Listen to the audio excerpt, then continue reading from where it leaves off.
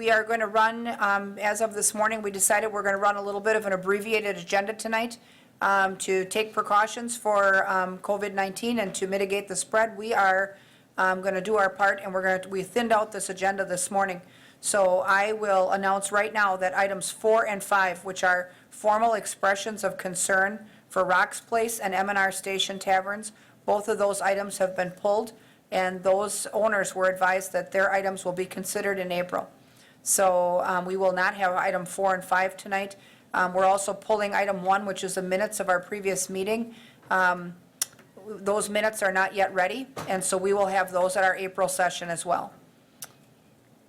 With that, item number 2 is to consider approval or denial of various license applications.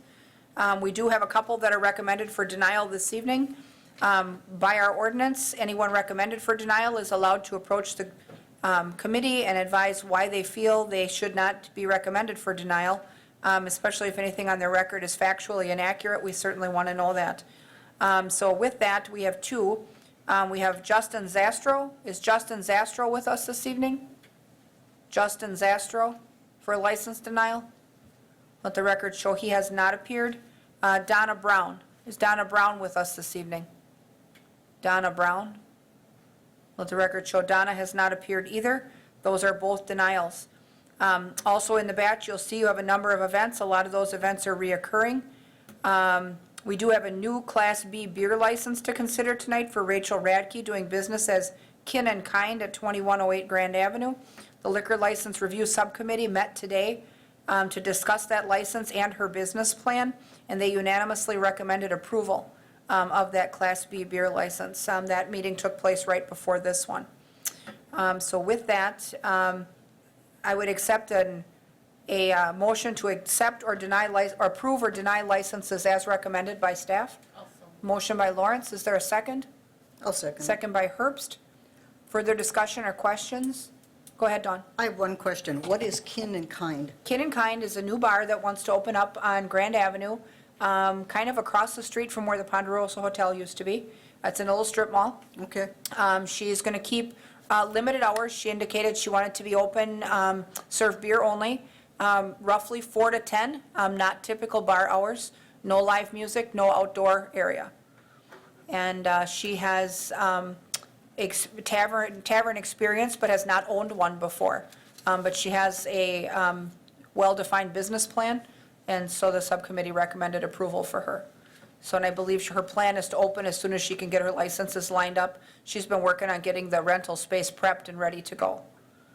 So, she did not stay for the meeting tonight because, well, with everything being the way it was, we told her she was welcome to stay, but not required to. So, go ahead, Mary. Andrea Larson is here from Iron Bowl. If you have Okay. any questions for her, I know there was an issue with, they wanted to close 3rd Street and possibly Jefferson Street for food trucks, but I talked with Sean Wright from the Grand Theater, and he was upset about that because there's a sold-out show on that evening. And did he contact you? Yes, Sean emailed me. He's actually on our Race and Events Committee as well. So we will work with Sean to make sure that we don't hinder any other events that are occurring on the downtown. So in an ideal world, we'd have both streets closed off, but being the first time that we're holding an event, we want to work with everybody out there. And so if we can have Jefferson closed, that would be fantastic, so we can have space for a few things. Okay. Jefferson, but not 3rd?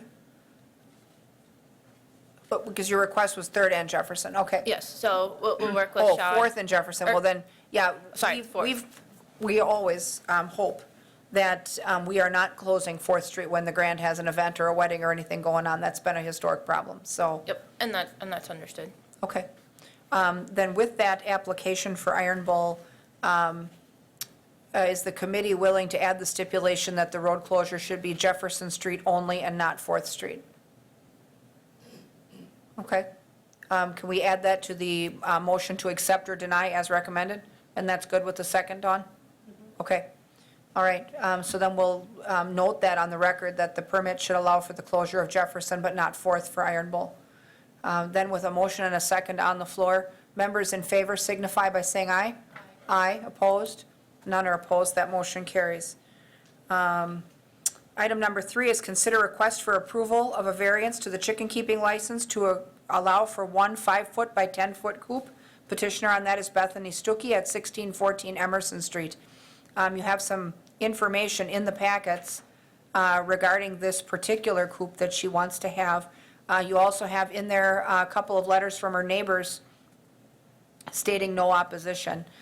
We have granted one of these before for one other urban chicken keeper. That one has not been a problem either. In fact, it was for the person who helped us craft the ordinance. And the proposed coop that's pictured here looks a lot like hers. And let me just see here. And are you Bethany? Yes, I am. Okay. So does anyone have questions for Bethany? If you want to come on up, and then Ms. Lawrence, you can go ahead and ask your question. Great, I like the plan, I thought the coop looked great, but I couldn't find a number, how many chickens? And do we allow that based on square footage of the yard or the coop or what? How many chickens? 4 chickens. Four, I would okay, still- I couldn't Still find- keep the same number of chickens. Thank you, limit. okay. Just give them a little more room to roam. And so, yeah, we allow for a larger one on a case-by-case basis, and the humane officer looks at the applications before we approve them, so. That letter from the neighbor in support looked dubious. Little fishy, Yeah. yeah. I do have just a Yeah, couple of I quick think we know the comments. neighbor. Yeah.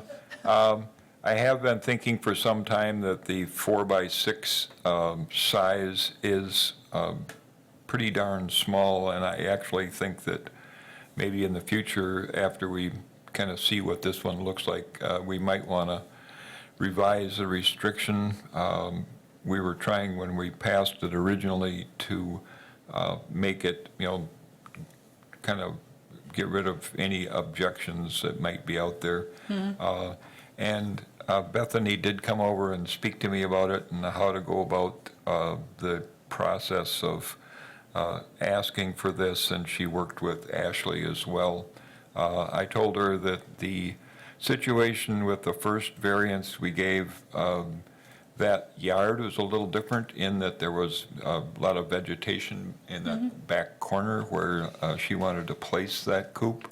And this is more open, but with both neighbors approving, and my wife is not only approving, she's cheering, I would be more than pleased to move to approve this application. Okay, so we have a motion by Peckham to approve. Do we have a second? Second by McElhaney.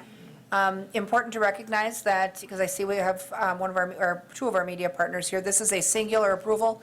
This is not a widening or broadening of the urban chicken keeping ordinance. So on a case-by-case basis, we do consider these, and this is the second one. So that said, with a motion on the floor, members in favor signify by saying aye. Aye. Aye, opposed? None are opposed. That motion carries as well. In the future, we certainly can take a look at coop size as a whole. I think that wouldn't be a bad thing. I think at first, when we established the coop size, the entire ordinance was untried and untested. So now that we have a few years of experience under our belt with urban chicken keeping, and it's really not been a problem, that's something we can certainly look at going forward at a future meeting or something. Yeah. Maybe what we should do is, I don't know, field trip or some photos or something to look and see how much room they actually have Have and need, yeah. to move around, and 4x6 is pretty dinky. They are, yeah, they certainly are. Okay, that brings us to item number 6, discussion and possible action on legislation passed under Senate Bill 203, allowing for a delegation of operator license approval to the city clerk or their designee. This one is actually good, I think. It will eliminate some of the waiting that license applicants have waiting for committee meetings. So what this does is it allows the committee to delegate the approval of basically bartender licenses to the clerk or the clerk's designee. Now, you'll notice that every month, we have a large volume of them that are pre-screened, they're pre-approved, there's no issue, they're not recommended for denial, and I can't recall the last time we have ever pulled one of those off to not approve it or discuss it individually. And so what happens is they apply, they get screened, and they sit in queue waiting for us to have a meeting and act. And so this, if we were to delegate this authority on the ones that are recommended for approval that have been already checked, delegate that off to the clerk, let them issue those or approve those. Then, on our agendas, the way I understand it, we would only consider the ones recommended for denial that are appealing. Is that correct? Okay. Do you have any comments on either side of it, Tara, at all? Not really. What was the last part you said, though? Only review the ones that are We would appealed? consider in committee still the ones that are recommended for denial and the ones that wish to appeal. And that's fine, you can do that, or you can also alternatively review anyone that's been recommended for denial, but Sure. The other thing we could do is, as part of our meeting packet, you could probably get a list of the ones that have been approved. If anyone is interested in seeing that, you'd get it as a, FYI information only type item. They could aggregate a list and, every so often just put that in the packets with the other packet materials, but that would expedite the process. I think the whole point of the Senate bill was to make it easier for people to get licenses first and eliminate some of the waiting game that has to get played, because not all committees, commissions, and boards meet as often as we do. So Pat, go ahead. Maybe we could ask members of the clerk and the clerk's staff how they feel about it, if they're comfortable with doing this. I think we are comfortable with doing it. It's a time saver. Mary handles them more often than I do. How do you feel about it? Yeah, right now, when a bartender applies, they don't get the license immediately when they come in, because I have to run the background check. If there is nothing on their record, Ben Bliven has given me authority to just say it's approved by police. But then we have to issue them a provisional license, a temporary 60-day license to cover that period of time while we wait for it to get through public health and safety and wait for it to go through council. So it would eliminate most of our provisional licenses, and it would make it easier for people to get to work right away, because right now it's just kind of a formality after the approval is made. Right. Okay. I'm supportive of that as well. Committee members, any other thoughts? Is there a motion to approve delegating that authority to the clerk's office with the understanding that anyone recommended for denial still comes here? Oh, go ahead, Tara. we'll need an ordinance, and so I'll draft that ordinance under your direction, and Okay. I'll submit it to the council for the next thing. 'Cause Okay. It's pretty simple, and you're just going to delegate that to the To the city clerk or her Or designee. her designee, yeah, Yes. that's really easy. Okay, so with that approval, then we'll direct Tara to draft the appropriate ordinance and bring it to the next council meeting? Or a council meeting once she has it ready? I'll Okay. have it for. All right. So now, do we have a motion? Okay, motion and a second on the floor. Further discussion? We had one, right? Motion and a second? Okay. I was going to say, it worked so fast, I got ahead of myself. Jeez. Golden. Members in favor signify by saying aye. Aye, opposed? None are opposed, that motion carries. Item number 7 is the operations report from the fire department for February of 2020. Anything notable on the report that you wanted to talk about, Chief? Nothing of big notation in that last month. A couple of smaller fires that were easily handled. We saved a couple of cats out of a structure fire, a few other minor things. I will comment on what's ongoing right now today. Please. And our department is leading forward. We had a lot of meetings with our police department, the mayor, and others in the community, and we stand ready to respond to the community's needs surrounding COVID-19. It's truly an unprecedented event, not just for our department, but the state of Wisconsin. And so we're leaning on our partners throughout the state. We're preparing worst-case scenario plans if it were to come to that. We ask community members to look to valid resources for their information. We put up a Facebook post today about that. We're being very cautious. If you're not seeing a lot from us on social media, it's because we want to push a steady stream of right message stuff. We don't want to have misinformation out there, confusion out there. We're referring people to the Marathon County Public Health, the CDC, which everyone is saying refer to the CDC, and that's because they've got a lot of great information on their website. And both Spirus Health and the Marshfield Clinic System has put up hotline numbers to call if you think that you have one of the criteria that you may have been exposed to COVID-19. You don't know whether to quarantine. You don't know whether to come in for a test. Maybe you've got influenza A and it's confusing. Call one of those numbers and ask for help. In the meantime, we're limiting our exposures inside of our department to outsiders, so we're going to be not allowing visitors into the fire stations for a period of time. We love all the candies and snacks that people bring us to thank for our service to the community. We're not accepting those currently right now. And it's an ongoing fluid situation that we're remaining responsive to as it changes almost hourly. Okay, thank you for that. Does anyone have questions for Deputy Chief Bartek on the report? If not, we'll place his report on file. Okay. Item number 8 is tavern activities, compliance checks, and law enforcement activities. And we'll bring the chief up to the podium. And anything notable on the report that you want to talk about, Chief? I noticed in some of the activity that the things at the establishments that we are bringing in next month have not necessarily changed much. Right. I think the main one on the M&R station report is what led to the 75 demerit points to get them to 100, which is why I think the committee has asked them to come into the committee. So that was the primary note on there. You know, and then I would just, you know, add to what the deputy chief indicated about the fire department and our response to COVID. You know, we've spent a lot of time in the last 4 days meeting, talking about solutions and issues that might be arising.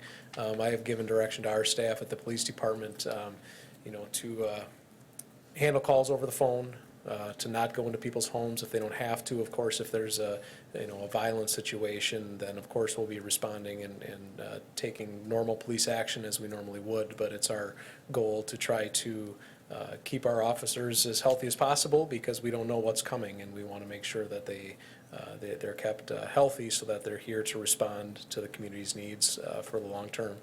And so there's a lot of things that are transpiring. I know the courthouse has determined that there's not going to be any significant court cases, jury trials, those kinds of things have been canceled. The Marathon County Jail has asked us not to bring anybody into the jail who isn't a violent offender.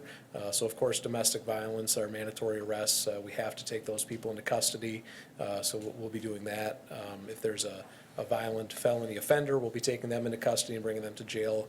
Most other cases, we'll be issuing summonses to the suspects and having them appear in court with a court date at least 3 months out. Okay. So there's a lot of things that we're working on to try to minimize the amount of contact officers are having, to minimize issues that other agencies in the community are having. Again, the CDC is a great source of information, as is the Marathon County Health Department. We were on a call with them this morning talking about a lot of these issues. So that's where things stand today, but things are changing very, very quickly. There. Anyone have questions for the chief on the report? Go ahead, Pat. Yeah, on the tavern report, I just was wondering, there was a male threatening staff at Chatterbox Bar, and the time of the event is listed as 7:05 a.m. I wanted to know if I should be bug-eyed about that happening about 7:05 a.m. or if that was a typo.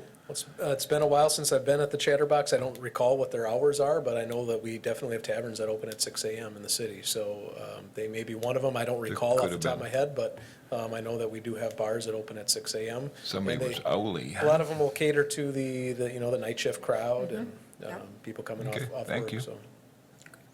All right, so with that, if there's no other questions, we'll put the police chief's report on file as well. I'll apologize for pulling item 4 and 5, but knowing what our dialogue consists of with those establishments, that could very well be a 2-hour meeting. So, I'm assuming yep, portions of this report will be before us next time when Yep. we talk about the M&Rs they will, issues. Okay. yes. Very And when good. we met with Deputy Chief Barnes last month, he indicated that the department would put together a report about both of those things that we'll have in advance of that dialogue with those 2 owners. So, all right. If no one else has anything, communications is our last item. I don't have any. Does anyone have any communications? If not, I'll consider a motion to adjourn. Motion by Herbst, second by McElhaney. Members in favor signify by saying aye. Aye, opposed? No one wants to stay. We'll stand adjourned. Thanks, everyone. Be safe.